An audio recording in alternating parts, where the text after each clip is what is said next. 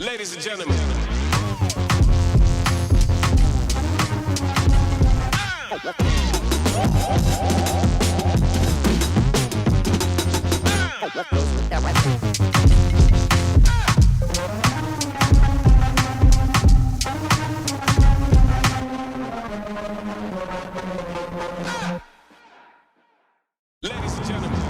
What's going on, everybody, and welcome back to another video.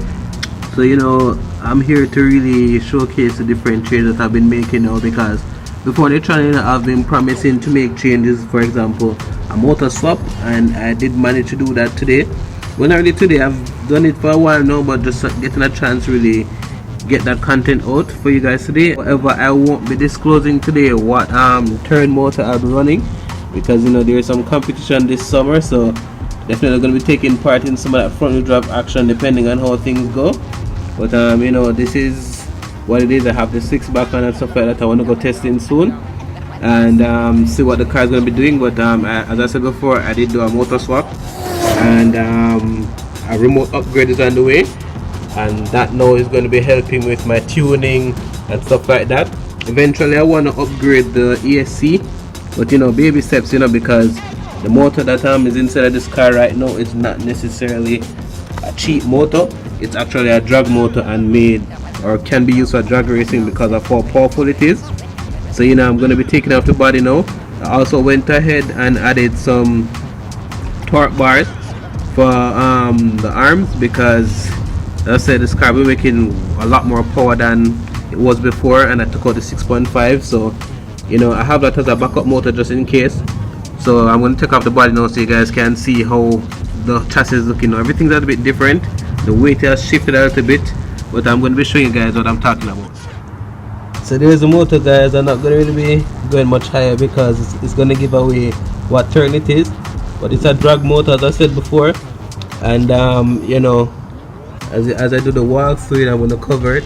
But yes, so as I say, a little weight has shifted. I put this plate around here to really get the chassis a little bit stiffer, because it could be flexing with the launch and with how narrow it is, and there's no more support on the sides. So I put that there to prevent some of the flex and stuff like that.